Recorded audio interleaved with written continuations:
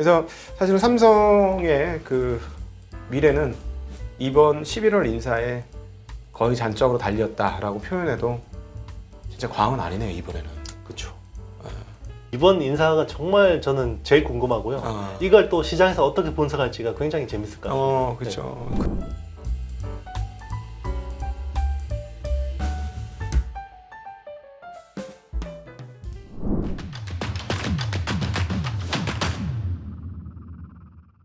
우리 이영수 대표님이 굉장히 인사이트가 굉장히 뛰어난 게 저는 개인적으로 그 부분이라고 생각하는데, 한국에 나오는 그 어떻게 이렇게 소위 말하는 반도체 인플루언서 중에서 가장 먼저 온 디바이스 얘기를 하셨거든요.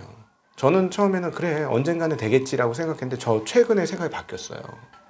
어떻게 요즘 생각이 바뀌었냐면 온 디바이스 이퀄 로봇이라고. 왜냐면 젠슨 왕이 AI는 로봇입니다라고 얘기했어요. 그게 물리적 로봇이든 소프트웨어 로봇이든 그 얘기 듣고 났더니 진짜 뒤통수 한 대 빵 맞은 것 같은 거예요. 그러면 지금 AI 준비하는 애들이 머릿속으로 담고 있는 거는 로봇의 시대를 열겠다는 거구나. 그럼 이게 자꾸 휴머노이드 로봇 생각하지 말고 그냥 로봇, 다양한 로봇 하면 해일 같은 물결이 지금 우리한테 다가오고 있다, 이런 생각을 하게 되더라고요. 그렇죠. 네.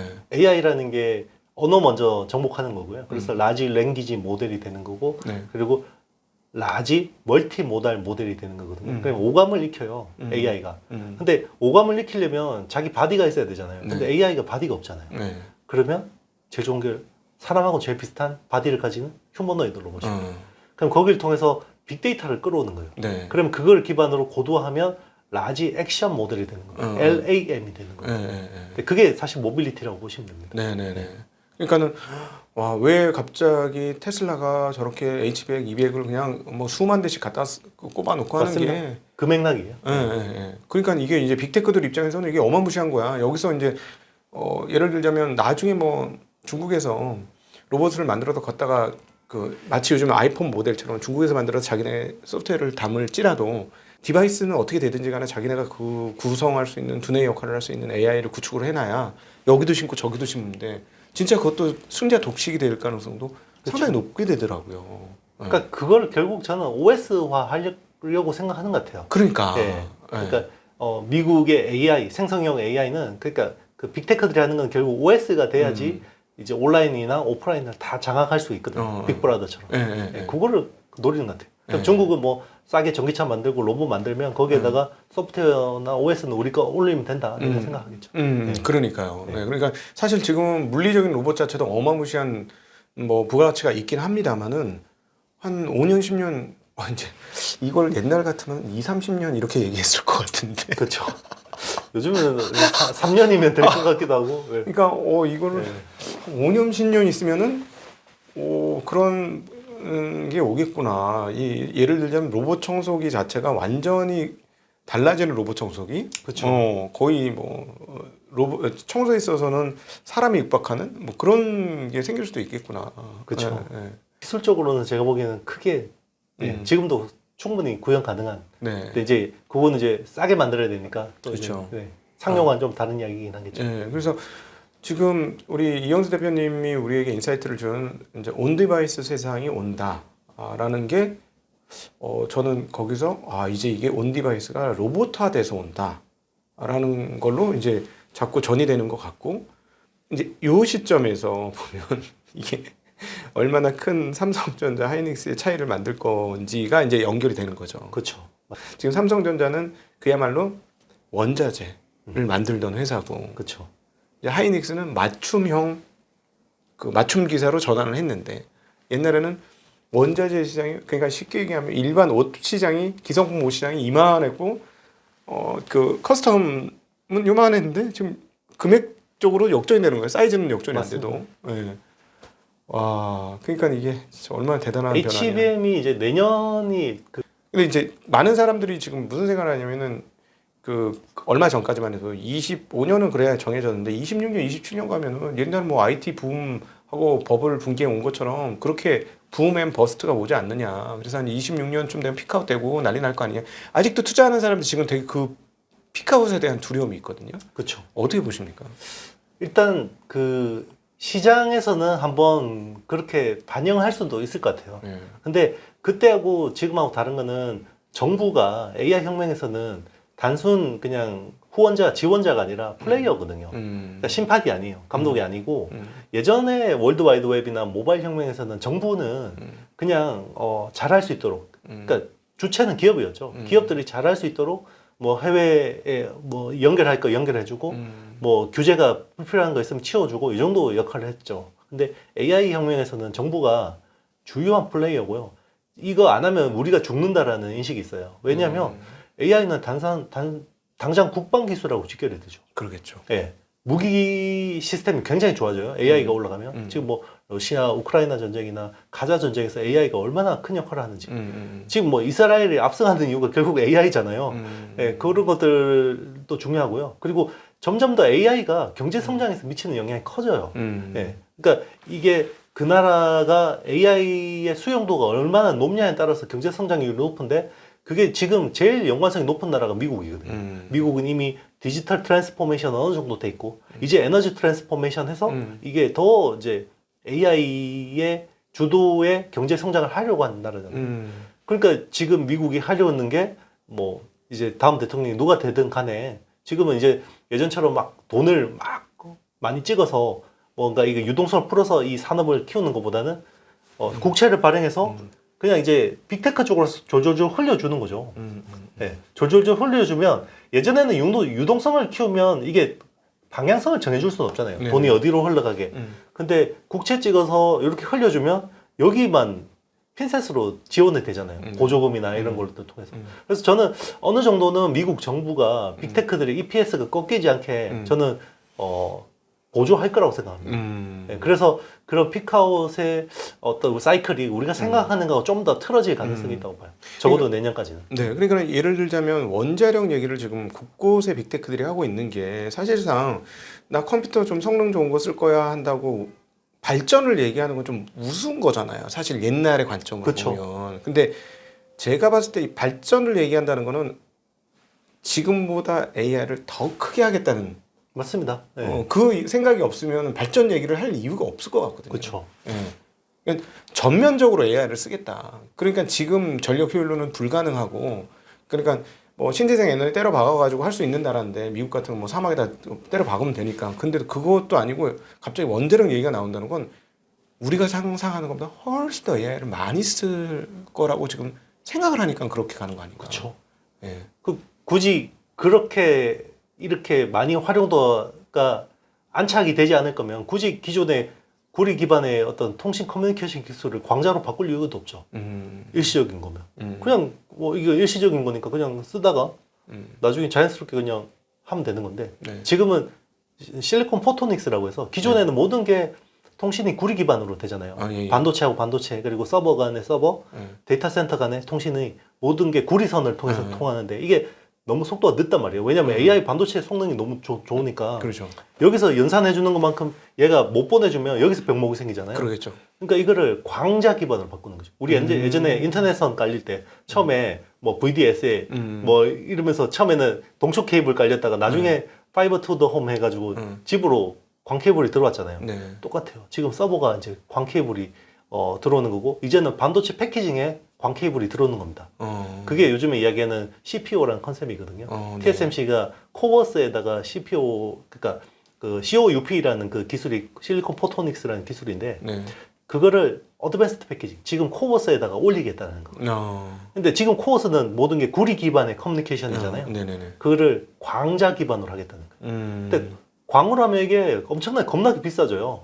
그렇군요. 또 비싸지겠죠. 그러니까 쉽게 이야기하면 구리 기반의 커뮤니케이션은 우리 지금 화물 운송이라고 생각하시면 돼요. 네네. 트럭 가지고 이렇게 물건 보내는 거. 데이터가 뭐 그 화물이라 그러면 이렇게 보내는 건데 광자를 쓰는 거는 이건 비행기 특성이거든요. 비행기 특성을 왜 굳이 반도체에 올릴까? 방금 말씀하신 대로 겁나게 더 많이 써야 된다는 거죠. 더 빨라져야 되는 거고. 네네네. 그러니까 그럼 그런 측면에서 보면은 우리가 생각하고 있는 26년도 피크아웃에 대해서 생각을 좀 교정해야 되겠다. 이런 생각이 최근에 막 드는 거예요. 이게 그러니까 처음에 나는 저는 무슨 얘기를 많이 했냐면 야 무슨 웃긴 소리 하지 마라. 애플은 개인한테 모두 디바이스를 꼽아준 강력한 파워를 가진 회사인데 어떻게 거기 부속 만드는 엔비디아가 시총을 따라잡냐, 그게 말이 되냐 했는데 요 맥락에서 보니까 25년, 26년이 피크가 아니고 우리가 생각한 피크보다 생각보다 뒤로 더 그럴 가고 가능성도 배제할 수 없습니다. 네. 심지어는 27년도엔 더 늘어난다. 한 단계 더 점프한다. 이 설비 투자가 이런 얘기를 하시는 분들도 있어요 지금. 네. 근데 이제 시장이라는 거는 네. 그렇게 반영해 버렸는데 요게 조금 지연이 되면 그게 그렇죠. 쇼크가 되는 거고 그렇죠. 그게 주가에서는 피크아웃이 될 수 있는 거기 때문에 네. 우리가 이야기하는 건 산업적인 관점에서 그게 맞죠. 네. 산업적인 관점에서는 우리가 생각하는 피크아웃보다 훨씬 더 네. 뒤로 가는 게 맞는데 네. 시장은 근데 항상 앞서거니 뒤서거니 하기 때문에 네네. 우리가 이야기하는 주식 시장의 피크아웃하고는 조금 개념이 다를 수도 있을 것 같아요. 그렇죠. 네네. 그러니까 예를 들자면은 뭐 발전성이 없으면 그냥 평균 PER 받아야죠. 미국에서 한 18, 19, 20배 받아야 되는 거고 더 이상 성장성이 없으면 성장성이 있을 때니까 30배 받고 40배 받고 50배 맞습니다. 받는 거니까 그런 측면에서 이제 이미 40배를 받는다는 건 최소한 1, 2년은 땡겨왔다는 얘기가 되는 거니까요. 그렇죠. 네네. 야, 그러니까 그런 측면에서 보면은 제가 엉뚱한 얘기를 요즘 오늘부터 하기 시작했는데 오늘 하이닉스 실적 발표 보고 야, 이 추세가 그대로 갈 경우 27년도 되면 하이닉스하고 삼성전자 시총 역전되겠다. 그런 생각이 번쩍 들었어요. 그게 사실은 한 6개월 전에만 그런 이야기 했어도 굉장히 허황된 이야기 돌맞죠. 돌맞아. 네. 지금은 그렇게 수긍하는 사람 10명 중에 3명은 되지 않을까요? 그러니까요. 네, 이게 2년, 3년 지속되면 충분히.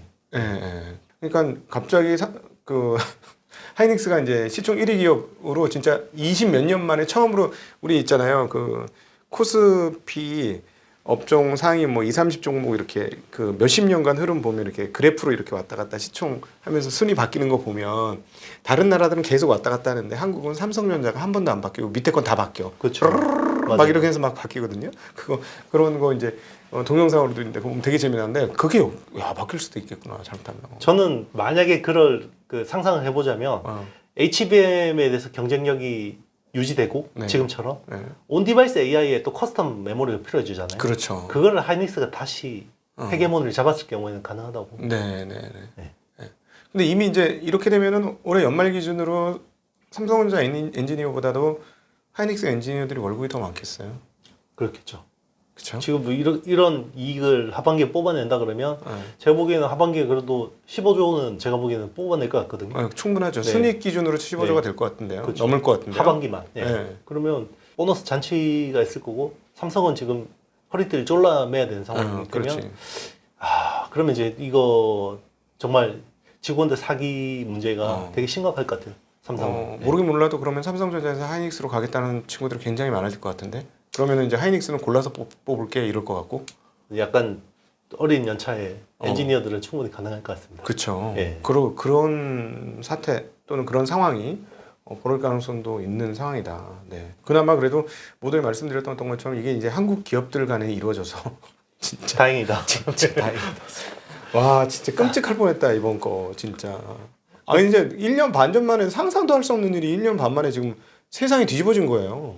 그렇죠. 이게 부동산 시장에도 영향이 간다고 그러더라고요. 그래서 당연히. 예. 동탄 평택 쪽이 한 얼마 전부터 갑자기 공실이 많아지고 뭐 그 오피스텔도 공실이 많아지고 막 이러더래요. 근데 청주는 계속 그러니까 하이닉스 폐부 잘 되니까 예. 제가 농담 삼아 부동산 사려면 청주를 사야지. 맞아요. 뭐 2천까지는 잘 모르겠는데 2천 청주를 사야지. 그게 맞다. 그리고 2천 또 M14X 그것도 지으면 맞아요. 근데 그게 그래서 이제 하이닉스 얘기를 이제 잠깐 넘어가 보면 오늘 컨퍼런스 콜에서 14X를 가동이 25년이 아니라고 하더라고요. 26년 얘기하더라고요. 그러면 HBM 공급 부족이 26년도까지도 지속될 가능성이 있는 거 아닌가? 하이닉스는 사실 그걸 원할 것 같아요. 그렇죠. 네. 그럴 것 같아, 맞아. 그러니까 그동안 우리 메모리 회사들이 제일 어떻게 보면 사이클이 짧게 끝났던 게 그 고객사들이 정말 니네가 물건을 안 줘서 이거 더 많이 팔 수 있는데 못 팔아서 투자해줘 그러면 그냥 묻지도 따지지도 않고 막 투자해가지고 그게 공급 과잉이 왔잖아요. 이 18년 하이닉스의 영업이익이 20조에서 그 다음에 2조로 추락합니다. 맞습니다. 네. 그거를 학습 효과가 있어야죠. 이걸 이제 또 당하면 당하는 놈이 바보지. 그렇죠. 그러니까 TSMC가 그걸 너무 잘해요. TSMC가 코버스 캐파가 부족해서 계속 병목이잖아요. 그래서 오죽하면 젠슨 왕이 거기서 막 회의에서 뭐 그냥 거의 쌍욕처럼 이야기를 했다고 하더라고요. 아, 그래요? 네. 왜 이거 빨리 안 해주냐. 그런데 이제 그 TSMC에서는 그냥 그거죠. 이거 수요 이거 나중에 어떻게 우리가 개런티하냐 투자했다가 굉장히 그래서 계속 가격을 3% 분기 3% 5% 막 이렇게 올리면서 계속 드라이브를 걸잖아요. 최근 젠슨왕 오늘 전해진 젠슨왕에 진짜 재미난 얘기 하나 있습니다. TSMC하고와의 관련해서 요거와 이 얘기 하시니까 생각나는데 최근에 그 엔비디아하고 TSMC가 뭔가 협업이 잘 안 돼서 물건 블랙웰이 지연됐다. 근데 TSMC 쪽에도 좀 문제가 있는 거 아니냐라는 루머들이 있었어요. 분명히.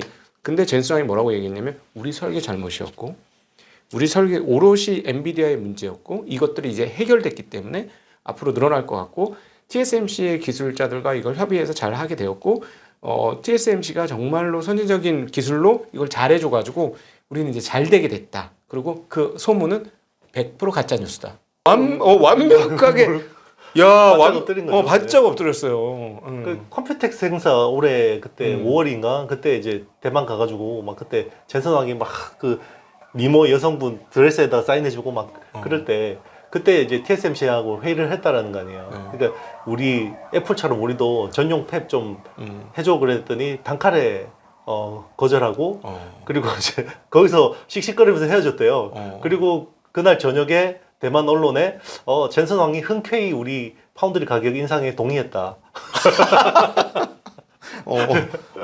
네. 그러니까 우리 그러니까 잘 모르는 사람들은 같은 중국인끼리 짬짬이해서 이런 중국 사람들 돈 앞에 그런 거 없어요. 진짜. 거기 되게 상업의 민족이야. 그럼요. 그러니까 이제 젠슨 왕이 그렇게 헤어지고 나서 그거를 뉴스를 통해서 그걸 들었을 때 어떤 기분이었을까. 네. 그럼에도 그 사람은 대인인 거죠. 왜냐면 자기 회사가 더 중요하니까 지금 엎드리는 거 보면 그거는 정말 큰 사람만 할 수 있는 겁니다.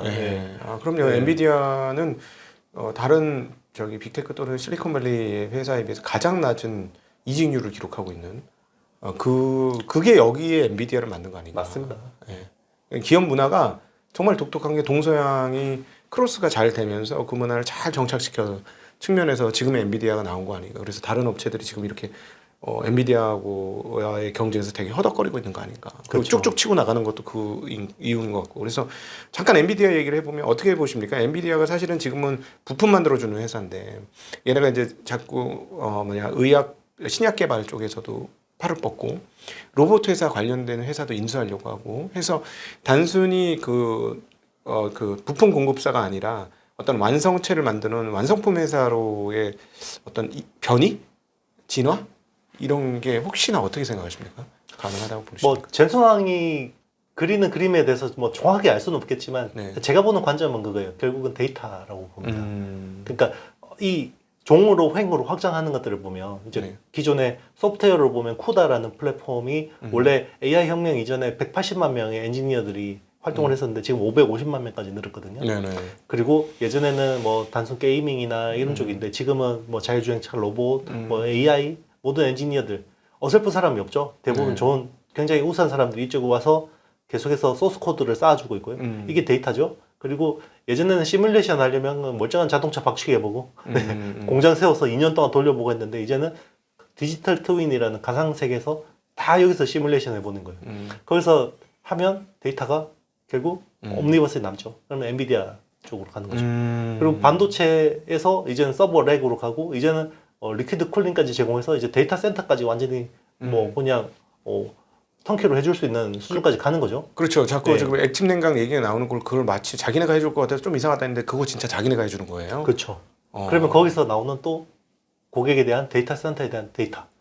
그러니까 B2B 쪽에 가장 많은 양질의 고급 데이터를 자연스럽게 쌓이게 엔비디아 내에서 저는 그거를 자산으로 생각한다고 생각합니다. 그러니까 그게 이제 플랫폼이죠. B2B 쪽의 플랫폼. 그럴 수 있겠네요. 게다가 이제 미국에 있으니까 미국 입장에서야 대만 사람이긴 하지만 열심히 해라 할 거고.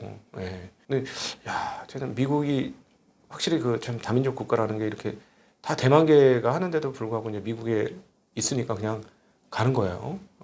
그야말로 지금 대만의 시대가 됐습니다. 그렇죠. 네. 어, 미국에서 꽃을 피우네요. 네. 원래 유대인이 그냥 미국을 장악한 줄 알았는데 요즘엔 기술적으로는 네, 기술로 보면 근데 한국이 이거 잘할 수 있는데 참 너무 안타까운 것 같습니다. 진짜. 그렇죠. 사실 그런 이야기 많이 하거든요. AI 혁명에 대해서 어떻게 생각하냐 그러면 리사수 박사가 얼마 전에 그랬잖아요. 자기가 겪었던 그 어떤 테크 혁명보다 크고 강력한 거다라고 이야기했는데 저도 동의하거든요. 네. 그러면 그 앞전에 서버 클라우드 사이클도 뭐 테크 혁명에서는 적지 않은 사이클이었지만 그때 비해서 왜 우리는 수혜를 덜 볼까? 근본적으로 보면 우리가 기회를 못 잡은 거죠. 우리가 못 잡은 거지만 결국은 삼성이 못 잡은 거죠. 그렇죠. 네, 네. 아니 난 거기서 진짜 안타까운 게 크게 생각하지 못하는 거 아닌가. 자꾸 이제 부품만 만들고 부품에서 1인자 잡는 세계에서 우리나라가 약간 그런 성향이 있는 거예요. 여기서 1인자면 세계 1인자인 것처럼 노는데 세계의 물에서 놀아야 되는데 그거를 왜 못하지? 너무 안타깝다. 네. 일단 사고를 좀 이게 이카루스 패러독스라는 말이 있잖아요. 네. 그러니까 이카루스가 그 밀랍으로 이렇게 날개 만들어서 하늘로 치솟는데 그게 태양 가까이 가면서 밀랍이 녹아가서 네. 추락하잖아요. 네. 그러니까 기업이 성공했던 전략 그게 나중에 독이 되거든요. 네. 삼성이 그런 식으로 지금 하는 것처럼 열심히 이거 배워가지고 제조해서 1등이 된 거예요. 네. 예. 근데 이제 그게 안 먹히는 시대가 됐는데 계속 그 방법을 고수했던 거죠. 네. 한 5년 동안. 그렇죠. 사실상 네. 지금의 이 사달이 나기 전으로 보면 끝없는 원가 절감 능력이 삼성을 여기까지 온 양산전자로 표현되는 그런 능력을 만들어냈기 때문에 세계 넘버원이 된 건 맞죠. 맞습니다. 예, 인류원 업체들을 무너뜨릴 때는 바로 그 능력 때문에 한 거니까. 그리고 그 시대에 그 스탠스로는 맞았죠. 네. 그때는 이제 패스트 팔로우가 정답이었으니까요. 네. 근데 지금은 퍼스트 무버가 돼야 되죠. 네. 근데 그 퍼스트 무버를 삼성은 못했고 SK 하이닉스는 한 거죠. 네. 네. 그렇죠. 그러니까 저는 그래서 요즘에 뭐라고 표현하냐면 야 이제 반도체는 뭐 시스템 뭐 그다음 메모리 뭐 이런 거 나누지 말고 AI 반도체와 아닌 반도체를 나누는 게 훨씬 이해도를 지금 시장을 이해하기가 쉽다. 맞습니다. 네. 그러니까 거의 뭐 벽 하나가 역사로 하나 세워지는 것 같은 느낌? 아니 지금 1년 반밖에 안 됐는데 어떻게 이렇게 바뀔 수가 있지? 정말 너무나 충격적이에요. 그게 이제 뭐 AI 관련된 뭐 오라클이나 네. 뭐 그 관련된 회사들도 보면 AI 사고만 겁나게 잘 되고요. 어. 전통 부문은 정말 안 좋거든요. 네. 그래서 네트로 하면 플러스인 거죠. 물론 SK 하이닉스도 D램에서 여전히 매출의 70%는 커머디티에서 나오잖아요. 네네네. 근데 30% HBM에서 이익을 이렇게 내서 네트로 해서 영업이익률이 40% 나온 거잖아요. 네네 그렇죠. 네네. 그러면은 어떻게 보십니까? 이 기존의 레거시는 이대로 주저앉고 쭈그러지는 겁니까? 아니면 결국 사이클 상으로 좀 기다리면 다시 올라오는 겁니까? 단기적으로는 사이클상으로 올라올 수 있다고 생각하는데요. 예. 결국은 이 레거시라는 이쪽이 점점 줄고 이게 또 커스터마이징 될 거예요. 그러니까 온 디바이스 AI잖아요. 결국 AI PC, AI 스마트폰이잖아요. 계속해서 커머디티를 쓸까요? AI 기술이 점점 한 두세 대는 더 써야 되지 않을까? 그렇죠. 두세 대 정도 쓰다가 아마 결국은 이쪽도 AI 칩으로 넘어와야 되죠. 네. 그렇죠. 그동안에 계속 말씀하셨습니다만은 기존 본부의 그 어떤 캐퍼시티가 올라가면 마지막 받아주는 끝단의 소비자 물품도 캐퍼시티가 안 되면 또 통신이 또 안 되면 못 받는다. 이 말씀 많이 하셨었으니까요. 맞아요. 네. 그러니까 이제 메모리 반도체라는 게 결국은 아주 중심축이 커머디티에서 스페셜티로 올 거라고 생각합니다. 그래서 결국은 부가가치는 HBM 같은 어떤 커스터마이징된 칩 쪽으로 이제 올 거고 그 레거시 쪽은 아마 중국하고 치열하게 레도션 경쟁해야 될 것 같아요. 네. LCD나 이런 것처럼. 네, 그렇죠. 이제 드디어 D램이 디스플레이의 제 2탄이 시작됐다. 삼성이 LCD는 빨리 접어서 네. OLED 쪽으로 잘 시프팅 했는데 네네네. 네, 메모리 반도체는 커머디티에서 스페셜티로 시프팅을 못한 거죠. 네. 그러니까 참 안타깝습니다. 그런 측면에서 보면은 앞서 이제 모두에 말씀드렸던 우리 전영현 부문장께서 그 이전에 했었던 삼성 SDI는 참 규모 있게 하셨던 것 같아요. 왜냐하면 정말 독특했던 게 설비 증설을 너무 남들보다 잘 안 하는데, 그렇죠. 네, 안 했는데 지금 와서 보면 느릿느릿 꾸준하게 했고, 이거 문제가 생겨도 재무적 위험이 별로 없겠구나 하는 느낌을 굉장히 많이 주거든요. 네, 그런 측면에서 참 안정적으로 운영을 하셨으니 그 패턴대로 하시면은 괜찮지 않을까 하는 기대감은 많이 갖게 되더라고요. 그렇죠. 그분이 메모리 사업부장 했었던 2013년이 삼성 메모리 사업의 전성기였고요. 아, 그렇군요. 최전성기였고. 그래서 원래는 메모리 사업부장하고 보통 DS 부문장은 승진해야 되는데 못하고 이제. 그렇죠. 외부 네. 출신이었기 때문에 네네. LG 반도체 LG 출신이라서. 네네네. 네. 그 영향이 컸겠죠. 예. 이제 핵심 저거네요. 이번 11월에 인사가 있다는데 삼성전자.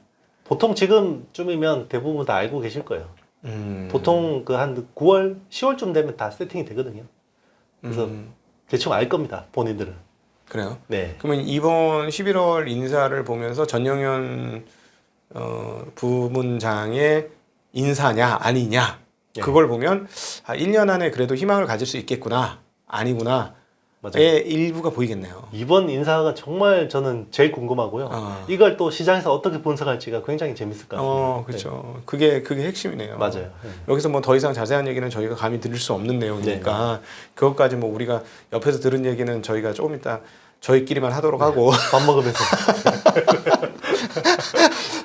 사실 중요한 이야기는 우리 밥 먹으면서 다 했습니다. 예. 근데 나 놀라운 게 우리가 밥 먹으면서 했던 이야기들이 다 현실화돼 버렸어요. 그러니까요. 네. 예. 왜냐면 우리 굉장히 네거티브한 시나리오를 이야기했었어요. 이럴 수도 있는데 최악이 이럴 수도 있는데 진짜 최악이 지금 최악이 나왔어요, 진짜. 설마 이랬는데 설마가 맞아요. 사람 잡았어 네. 지금. 맞아요. 네. 네. 사실 그때 원A 네. 이슈도 밥 먹으면서 네. 네. 그게 한 7, 8개월 전이었나요? 네, 그렇죠. 원A에서 뭔가 좀 이상한 것 같습니다. 라고. 네. 아, 설마. 그러면서 우리 그랬는데. 야, 그럼 이제 막 진짜 망한 거지. 그럼 DDR도 안 되는데 뭐 네. 이러면서 네. 했었는데. 와. 그게 뉴스가 현실이 된 거죠. 네. 원씨 얘기 나왔다는 것 자체가 네. 원 A가 망했다는 얘기입니다. 사실 이거는 이제 이미 언론에 나왔기 그렇죠. 때문에 저희들이 그냥 네. 해석이 원씨 얘기를 한다는 것 자체는 원에서 해결을 못하니까 원씨 얘기가 지금 나오는 거다라고 그렇죠. 당연히 유추해서 판단할 수밖에 없는 거죠. 그렇죠. 네. 그때 이제 발열이라는 게 이게 네. 단순히 NCF의 문제냐. 음. 그러니까 이제 마이크론에 들어가면서 그때부터 이상해졌죠. 그렇죠. 그러면 NCF인데 얘도 왜 마이크론은 콜이 되지? 그 디램 자체의 문제구나. 네. 라고 했는데 감히 이야기를 못했죠. 그렇죠. 왜냐면은 우리는 이거 패키지 MR머프를 안 써서 그래 네, 라고 그렇죠. 올해 초에는 그런 생각을 네. 했었는데 그렇죠. 이게 그 문제만은 아닐 수 있겠구나. 맞아요. 물론 이제 그것도 뭐 머프에서 그 열 성능이 나오는 것도 문제였긴 한데 네네. 근데 마이크론은 되는데 왜 안 돼? 그러면 결국 디램의 문제였죠. 네. 그래서 그런 측면에서 보면 이제 마이크론이 원비를 가장 비싸고 퀄리티 좋게 만들었다면 네. 마이크론의 시대가 올 수도 있겠다는 생각도 굉장히 많이 들더라고요. 조심해야죠. 사실 그리고 네. 진짜 우리 좋은 엔지니어들이 많이 갔습니다. 네. 그분들이 아마 중요한 역할을 하겠죠. 뭐 네. 투자 관점에서는 마이크론 투자도 나쁘진 않을 수도 있는데요. 밸류는 근데, 이미 높잖아요. 네, 근데 국가 입장에서 보면 이제 우리 산업 입장에서는 굉장히 애석한 부분이죠. 네. 자, 그렇게 보면 네. 자 이제 또 다른 한 회사를 언급하지 않을 수가 없는 상황이 오는데 자 원A는 망했다 치고 자 원B든 원C든 해서 할 때 뭔가 할 때 그러면 지금의 NCF 방식을 유지할 거냐 아니면 그냥 진짜 도약하기 위해서 있는 거 없는 거 다 때려 쓴다라고 하면 MR머프를 쓴다고 하면 한미반도체 장비를 쓸 수 있겠구나. 삼성이 그렇지. 만약에 진짜 제대로 혁신을 하려고 한다면 써야겠죠. 네. 그리고 이제 본더도 확보한다 치더라도 MR 머프를 하려면 결국 나믹스라는 회사의 대체 소재를 찾아야 되는데 네. 아마 뭐 삼성 SDI 쪽에서도 그거를 계속해서 검토를 하는 것 같고요. 나믹스 대체 소재. 네. 그 이제 언더필하고 이제 EMC를 같이 쓰는 소재니까 이제 그걸 하고 있고 삼성 내부에서도 일본 쪽에 계속해서 지금 조사하고 있는 걸로 알고 있습니다. MR머프에 들어가는 주요 소재가 나믹스가 만드는 소재이고요. 네네, 그렇죠. 이것은 하이닉스하고 독점 계약이 되어 있어서 나믹스가 딴 데 못 주고 하이닉스만 줘야 되는 상황이라서 MR머프 그렇죠. 기계를 갖고 온다고 해도 소재가 없어서 될 것이냐라는 의문이 항상 지금 시장에 있는데 지금 거기에 대한 설명을 해주신 네, 겁니다. 맞습니다. 네. 네네. 제가 보기에는 한미 입장에서도 이제는 뭐 달라 그러면 안 줄 이유가 없는데 오히려 제가 보기엔 삼성전자에서 들려오는 얘기가 자존심 때문에 우리가 그걸 어떻게 하니 이런 얘기가 들리더라고요. 자존심 문제일 수도 있는데요. 어쨌든 이게 아니고 TC NCF가 정답이라고 의사결정했던 사람들이 있을 거 아니에요, 지금. 거기가 날아가는구나. 또. 그렇죠. 이제 이게 아니면 바꿀 수가 없어요. 그러니까 조직이라는 데서는 의사결정을 했으면 그거에 대해서 책임을 져야 되잖아요. 그렇죠. 네. 그게 이제 결국 인사에서 우리가 확인할 수 있는 그러니까 거죠. 결국 또 네. 11월 인사에서 네. 우리 전 부문장님께서 관련해서 어떻게 판단하실지. 네. 근데 이제 약간 거기는 피할 수 있는 게 마이크론은 그걸로 성공을 했으니까. 또. 그렇죠. 예. 뭐 완벽하게 죽지는 않을 것 같긴 한데 그렇죠. 뭐 양쪽으로 하든가. 아니 저는 진짜 너무 안타까운 게 이렇게까지 그 실패할 거였으면 이쪽 방식 두 개를 방식으로 완전 좀 다른 방식으로 좀 해서 갔어야 되는 거 아닌가. 주장한 사람이 있었죠. 아 그래요? 네. 그래서 원래 MR 모프 그 검토한다라고 막 보도가 나왔었잖아요, 삼성이. 네. 근데 이제 그거 아니야라고 나중에 수습했는데 결국 이제 그 의견은 안 받아들여진 거죠. 아 그렇구나. 네. 그러니까 사실 이런 얘기를 이제 종합해 보면 아 인사 문제가 굉장히 심각하다 결국은. 그럼요. 네, 결국은 이제 사실 의사결정이 문제죠. 네. 그렇군요. 그래서 사실은 삼성의 그 미래는 이번 11월 인사에 거의 잔적으로 달렸다라고 표현해도 진짜 과언은 아니네요 이번에는. 그렇죠. 진짜 심각한 일이 되겠습니다. 근데 저희들은 간절한 마음으로 삼성이 부활해 주기를 바라고 그래야 한국이 잘 되는 거기 때문에 저는 개인적으로 공화주의자입니다. 다 잘해서 다 잘 되자 이런 입장이니까. 예. 아니, 그렇죠. 뭐 이게 우리가 예전에도 이야기했지만 우리가 삼성 안 좋게 이야기해서 얻을 수 있는 게 하나도 없습니다. 맞아요. 네. 그래서 이거 순수하게 저희 개인적인 의견입니다. 그렇죠. 그리고 이제 어쨌든 뭐 우리는 분석하는 입장에서는 네. 그리고 본대로 객관적으로 말할 책임이 있다고 생각하고요. 네네네. 네. 예. 아 그래서 좀 진짜 변화돼서 좀 잘 되기를 간절한 마음으로 제가 소망해 봅니다. 이게 진짜 전반적인 문제인 것 같아요. 삼성 지금 D램으로 확연하게 드러나긴 했지만 다른 부분도 마음을 놓을 수가 없는. 그 불행 중 다행은 저는 어쨌든 헤드가 메모리 DS 부문장 헤드가 바뀌었고 그 방향성에 대해서는 저는 굉장히 그래도 희망을 보고 있어요. 네. 네. 네. 그 전처럼 우리 이거 아무 문제 아니야 이런 식으로 막 덮으려고 하진 않잖아요. 네. 네. 네. 그렇죠. 일단 문제를 드러냈다라는 거는 본인이 그 정도 결기가 없으면 내가 그렇죠. 이거 한번 개혁해 보겠다라는 결기가 없으면 어떻게 그렇게 반성문 쓰고 하겠어요. 그렇죠. 그것도 사실 자리를 걸어놓고 한 거라고 맞아요. 봐야겠죠. 본인 네. 입장에서는 이게 내 어떤 진짜 유종의 미를 맺을 수 있는 결과라고 생각할 수도 있어요. 하기야 뭐 우리 모르긴 몰라도 뭐 전 그 부문장님께서 그동안 벌어놓으신 것만 해도 뭐 평생 먹고 사는 데는 전혀 문제가 없겠죠. 그럼요. 네. 네. 네. 그러니까 뭐 전혀 문제가 없을 텐데 자기 직을 이렇게 걸고 그렇죠. 한 거나 마찬가지잖아요. 맞아요. 네. 저는 그 글을 보면서 진짜 그게 느껴졌어요. 정말 배수의 진을 쳤구나 이분이. 네. 왜냐하면 핵심 세 가지 첫째, 둘째, 셋째가 다 핵심적인 문제였어. 그리고 그 전까지 삼성에서 절대 아니라고 했던 거. 그죠? 첫째가 뭐 기술 경쟁력 복원. 그렇죠. 그리고 이제 우리가 머물지 않고 선도적으로 나가겠습니다. 이 모두가 전부 이 첫 번째 보면서 원웨이가 망한 거 맞구나. 전 그거 보고 진짜 결론 내렸고 HBM도 망한 거 2번 둘째 보면서 HBM 망한 거 맞구나. 세 번째 인사 문제 때문에 망한 거 맞구나. 이런 생각이 원투 쓰리로 전 들더라고요. 참 짧은 시간에 잘 파가신 것 같아요. 네. 알고 있었겠죠 옆에서. 그렇겠죠. 네, 지켜보면서. 그리고 이제 그 웅크리고 있던 분들이 많이 와서 뭔가 아유 사장님, 부모님 이게 이해서 안 된다니까요. 막 이러면서 그죠? 그렇죠. 분명히 그런 분들도 있을 거고요. 그리고 옛날에 같이 일했던 사람들 있어요. 그럼요. 네. 뭐가 문제인데 한번 얘기해봐. 맞아요. 그런 것도 아마 있었을 그리고 거고. 이제 이게 그 기술을 모르면 이제 막 휘둘릴 수 있잖아요. 맞아. 이거는 이래서 안 되는 거고요. 저래서 안 되는 건데요. 야 이거 이렇게 해서 하면 되잖아. 이렇게 이야기할 수 있잖아요. 전형인 거잖아요. 네. 왜냐하면 자기가 설계 팀장도 했었고 개발 실장도 했던 분이기 때문에. 네네. 네. 네 그렇습니다. 그래서 저희의 바람은 삼성전자가 잘해서 수많은 지금 피눈물을 흘리고 있는 주주들을 좀 살려주셨으면 하는 바람으로 오늘 이렇게 얘기를 해본 거고 주주분들한테는 개선 방향성이 좀 있다. 그리고 저는 가장 큰 그 촉매는 하이닉스다. 하이닉스한테 대권을 뺏겼기 때문에 못 살 거다 지금 아마. 그럼요. 분에 미칠 거다 지금. 요즘에 그 이재용 회장 그 이렇게 갈 때 표정이 많이 달라졌더라고요. 그래요? 네. 저는 못 봐서. 네. 그 전에는 이제 여기자들이 이렇게 물어보고 그러면 친절하게 대답해주고 그러더니 요새 딱 그냥 굳어서 아무 말 안 하고 딱 가더라고요. 그럼요. 지금 물론 이제 뭐 삼성바이오로직스도 잘 돼야 되겠습니다만은 삼성바이오로직스가 사이즈가 커질 때까지는 삼성전자가 버티고 있어야 되는 거죠. 사실 삼성그룹 전체로 봐도. 네. 그럼요. 네.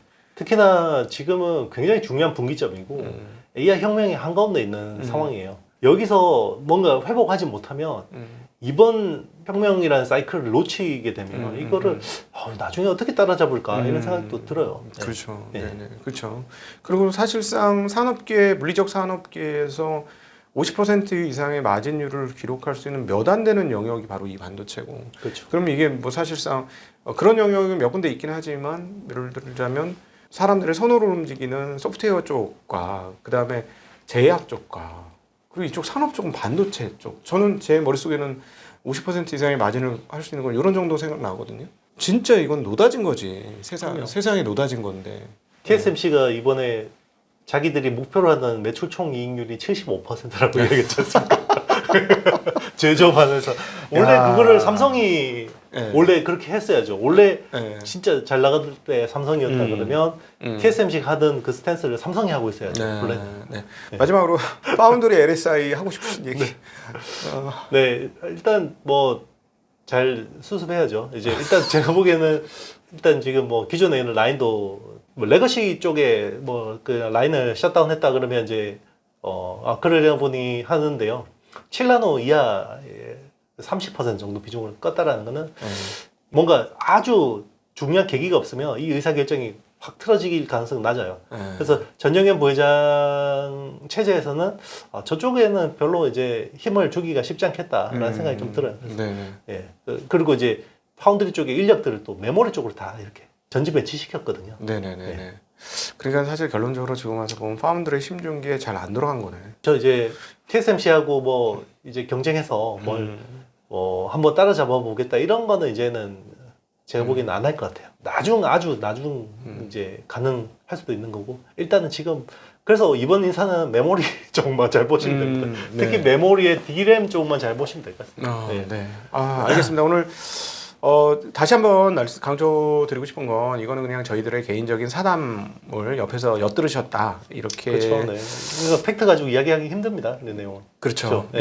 예, 이건 뭐 어디든 뭐 정확하게 이런 걸 얘기할 때도 없고 뭐 그러니까 이거는 그냥 뭐 우리 반도체 전문가, 반도체 서당계가 그냥 사적으로 만나서 대포집에서 그냥 쟤들 얘기하는 거를 여러분이 숨어서 엿들었다 이렇게 생각해 주시면 좋을 것 같고요. 그러다 보니까 제가 오늘 좀 말을 많이 해서 좀 죄송한 마음 있고요. 그리고 귀한 우리한테 인사이트를 전해주신 우리 이용수 대표님과 세상이 어떻게 돌아가는지 또 이치와 흐름들을 알려주신 이 대표님께 다시 한번 감사드리고 또 함께해 주신 모든 시청자분들께도 감사 인사드리겠습니다. 인사드리겠습니다. 고맙습니다.